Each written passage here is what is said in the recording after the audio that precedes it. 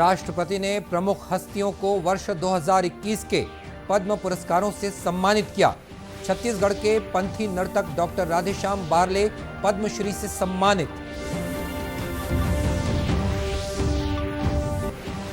केंद्रीय वाणिज्य और उद्योग मंत्री ने कहा, भारत को $5 ट्रिलियन अर्थव्यवस्था बनाने में सेवा क्षेत्र का होगा योगदान।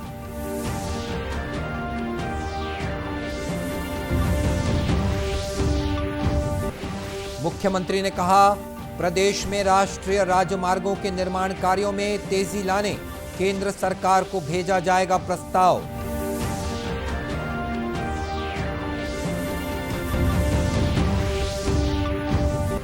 और छठ पूजा के लिए घाटों पर तैयारियां, कल शाम डूबते सूर्य को अर्घ्य दिया जाएगा।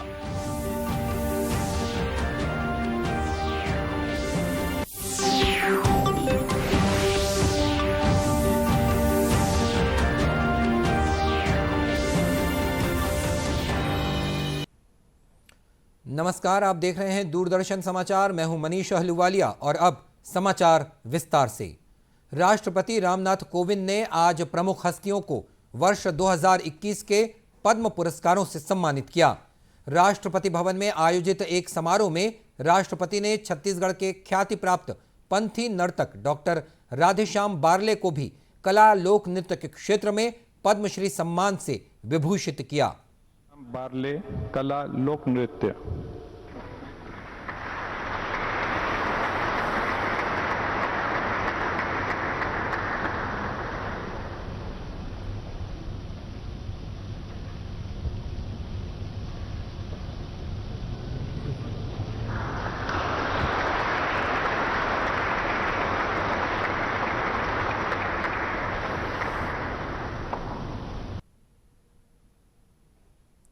छत्तीसगढ़ की राज्यपाल अनुसुईया उइके और मुख्यमंत्री भूपेश बघेल ने डॉक्टर बारले को पद्मश्री सम्मान मिलने पर बधाई और शुभकामनाएं दी हैं। मुख्यमंत्री ने डॉक्टर बारले को बधाई देते हुए कहा है कि डॉक्टर बारले पंथी नृत्य के माध्यम से बाबा गुरु घासीदास जी के संदेश को जन जन तक पहुंचा रहे हैं। उन्होंने अपनी कला साधना से छत्तीसगढ़ और देश को गौरवान्वित किया है। इस वर्ष के पद्म पुरस्कारों की सूची में 7 पद्म विभूषण, 10 पद्म भूषण और 102 पद्मश्री पुरस्कार शामिल हैं। राष्ट्रपति ने कल 2020 के लिए पद्म पुरस्कार प्रदान किए थे। देश के प्रतिष्ठित नागरिक सम्मान पद्म पुरस्कार 3 श्रेणियों में प्रदान किए जाते हैं। केंद्रीय वाणिज्य और उद्योग मंत्री पीयूष गोयल ने कहा है कि भारत को $5 ट्रिलियन अर्थव्यवस्था बनाने में सेवा क्षेत्र का महत्वपूर्ण योगदान होगा। श्री गोयल ने आज नई दिल्ली में आयोजित ग्लोबल सर्विसेज कॉन्क्लेव 2021 को संबोधित करते हुए कहा कि सेवा क्षेत्र में बहुत बदलाव हुआ है। 60% अर्थव्यवस्था सेवाओं से ही चलती है। By 2015-16, services had grown to about 154 billion and goods was at about 262 billion. So you were almost at over half of what the goods or merchandise export was. That was a truly good period, I think, and IT sector must have played a phenomenal role in this massive ramp up.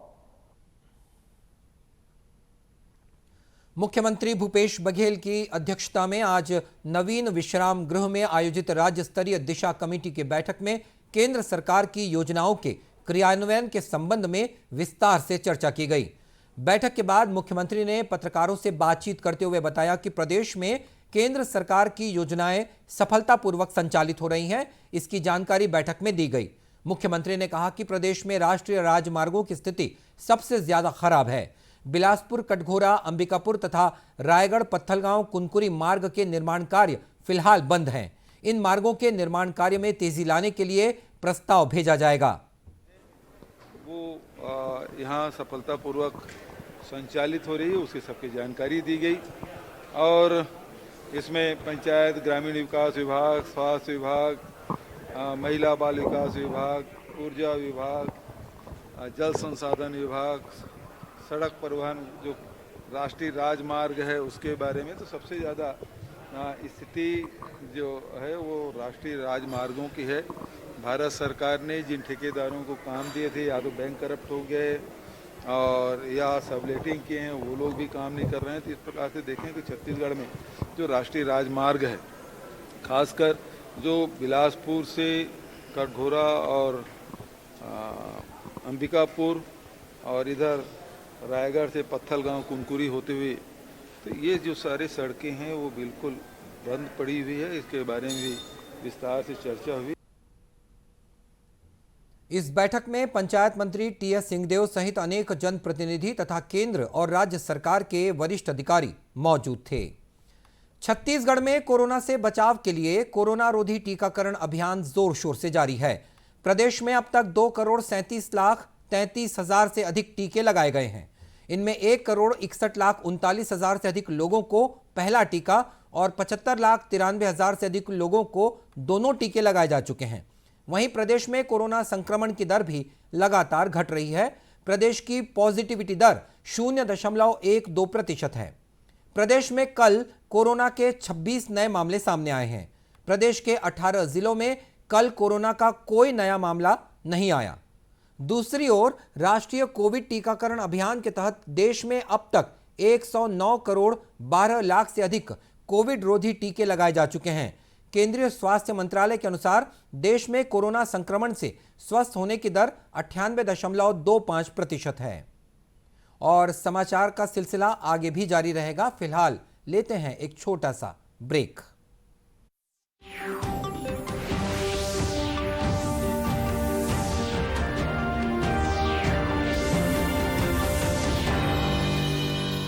अपने account से संबंधित लेन then के बारे में तुरंत alert पाने के लिए अपने बैंक के पास अपना मोबाइल नंबर और ईमेल रजिस्टर कर दीजिए। अगर आपको किसी ऐसे लेन देन के बारे में अलर्ट मिलता है जिसे आपने नहीं किया है या फिर अधिकृत नहीं है, तो तुरंत अपने बैंक को आप सूचित करें। आरबीआई कहता है, जानकार बनिए, सतर्क रहिए।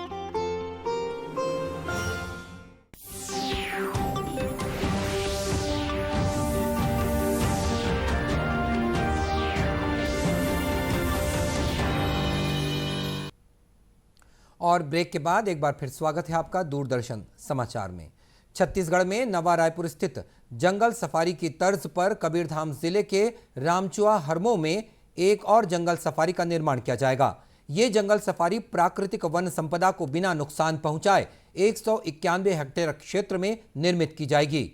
जंगल सफारी में वन्य प्राणियों और आने वाले पर्यटकों के लिए नवीन और आधुनिक सुविधाएं उपलब्ध कराई जाएंगी।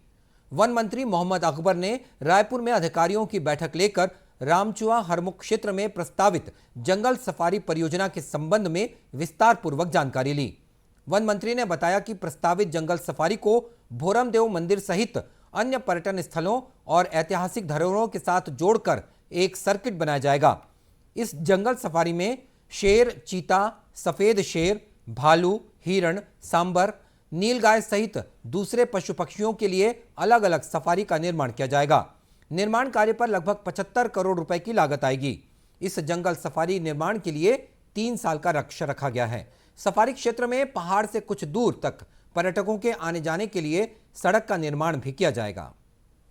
राजधानी रायपुर के रावणभाटा स्थित नए अंतर्राज्यीय बस टर्मिनल में बसों की शिफ्टिंग की तैयारी शुरू हो गई है। अगले 2 दिनों के भीतर इस नए टर्मिनल से बसों का संचालन शुरू किया जाएगा। इस संबंध में आज रायपुर कलेक्टर और पुलिस अधीक्षक की मौजूदगी में बस संचालकों की बैठक हुई। बैठक में नए टर्मिनल से बसों के संचालन में आने वाली व्यावहारिक दिक्कतों को लेकर विस्तार पूर्वक चर्चा की गई। बस संचालकों ने भी प्रशासन के समक्ष अपनी समस्याएं बताई और बस टर्मिनल के व्यवस्थित संचालन के लिए अपने सुझाव भी दिए।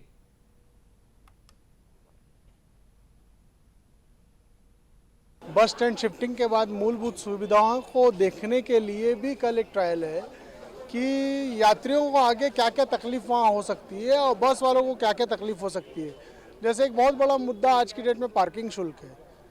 पार्किंग शुल्क आज पंडरी बस स्टैंड में नहीं लग रहा है, जो वहाँ पे रावणभाटा बस स्टैंड में मांगा जा रहा है।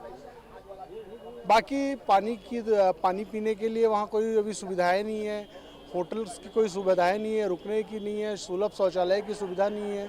तो वो सब को भी देखते हुए उन सब चीज़ों को चालू करने के बाद ही बस स्टैंड को शिफ्ट किया जाए, वो आज हम लोग ने निवेदन किया।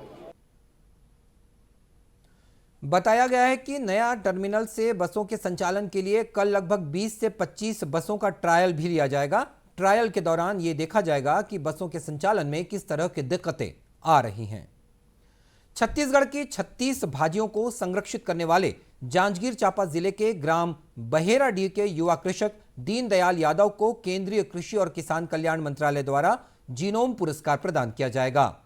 इंदिरा गांधी कृषि विश्वविद्यालय रायपुर के आनुवांशिकी विभाग के प्रधान वैज्ञानिक डॉक्टर दीपक शर्मा की अनुशंसा पर श्री यादव का चयन जीनोम पुरस्कार के लिए किया गया है। नई दिल्ली में 11 नवंबर को आयोजित समारोह में उन्हें प्रशस्ति पत्र, प्रतीक चिन्ह और 1.5 लाख रुपए की नगद राशि से सम्मानित किया जाएगा। छत्तीसगढ़ की 36 भाजियों को संरक्षित करने वाले कृषक दीनदयाल यादव ने बताया कि जंगली धान, पसहर, जंगली मिर्च और जंगली भिंडी यानी कि बंदरम केलिया के संरक्षण को लेकर उनका चयन जीनोम पुरस्कार के लिए केंद्र सरकार द्वारा किया गया है।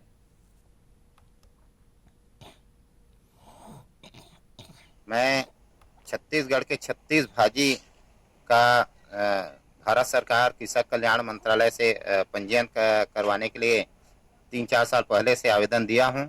इसके साथ ही जो है जंगली भिंडी, जंगली धान और जंगली एक मिर्च का जो है हमने अप्लाई किया था। और इसी बीच में जो है हमारे इंदिरा गांधी कृषि महाविद्यालय के जो आनुवांशिकी विभाग के जो नोडल अधिकारी हैं डॉक्टर दीपक शर्मा जी और कुलपति साहब डॉक्टर एस के पाटिल जी की अनुशंसा से भारत सरकार दिल्ली के जो है PPFR को जो भेजा गया और आज मेरा जो है सिलेक्शन आज मेरे को जीनोम पुरस्कार के लिए किया गया है। और मेरे को 11 तारीख को जो है 11 नवंबर को वहां पर मेरे को सम्मानित किया जाएगा। साथ ही प्रशस्ति पत्र मेमेंटो के साथ में मुझे 1.5 लाख की धनराशि भी केंद्र सरकार के द्वारा जो है मुझे पुरस्कृत किया जाएगा। बहेराडीह के युवा किसान दीनदयाल यादव ने भले ही कृषि क्षेत्र में पढ़ाई नहीं की है, लेकिन अपने अनुभव के आधार पर प्रगतिशील किसानों के मार्गदर्शन में कृषि क्षेत्र में कई तरह के नवाचार का काम करके उन्होंने अपने जिले के साथ साथ छत्तीसगढ़ का नाम भी राष्ट्रीय स्तर पर रोशन किया है। और दीपावली पर्व के 6 दिनों के बाद मनाए जाने वाले छठ पर्व की तैयारियां भी जोर शोर से जारी हैं। छठ व्रत रखने वाली महिलाएं भी इसकी तैयारियों में जुटी हुई हैं। कल तालाबों पर डूबते हुए सूर्य को पहला अर्घ्य दिया जाएगा, जिसके लिए तालाबों में साफ सफाई के साथ ही प्रकाश की व्यवस्था की गई है। भिलाई में भी नगर निगम प्रशासन द्वारा तालाबों की साफ सफाई के साथ ही तालाबों में पानी और प्रकाश के लिए व्यापक प्रबंध किए गए हैं। वहीं तालाबों के तटों पर वेदियों के निर्माण और उसके रंग रोगन का काम भी जारी है। उत्तर भारतीयों द्वारा इस कार्य को किया जा रहा है, जहां महिलाएं भी वेदियों को रंग रोगन करने के लिए पहुंच रही हैं। महिलाओं ने बताया कि छठ पर्व में संतान की सलामती और दीर्घायु के लिए व्रत रखा जाता है और इसकी शुरुआत नहाए खाए के साथ हो गई है। छठ के दिन ये अपन निराजल एकदम रहते हैं और उसके बाद उन छठ माता का विनती करते हैं। छठ माता जो भी है परिवार संसार में जो भी है सब सुखी रहे। और तालाब में ये आते हैं तो तालाब में वही छठ माता का पूजा करते हैं। अभी देखिए आए तो गोबर लिपे हैं, फिर कल आएंगे चूना लिपेंगे। पहले दिन तो नहाए खाए वाला रहता है, नहा करके औरतें अपना मतलब खाती हैं कद्दू भात वगैरह जो भी हैं। दूसरे दिन खरना रहता है, मतलब दिन का उपवास रखते हैं, शाम को मतलब खीर और दूसरे दिन खाती हैं खीर पूरी। और तीसरे दिन वही है अपना उपवास रख करके और शाम को पहला अर्घ्य दिया जाता है और सप्तमी के दिन सुबह अर्घ्य दिया जाता है। उल्लेखनीय है कि छठ पर्व के तहत कल बुधवार की शाम को तालाबों के तटों पर डूबते हुए सूर्य और परसों गुरुवार की सुबह को उगते हुए सूर्य को अर्घ्य दिया जाएगा। और इसी के साथ ये समाचार बुलेटिन समाप्त हुआ। नमस्कार।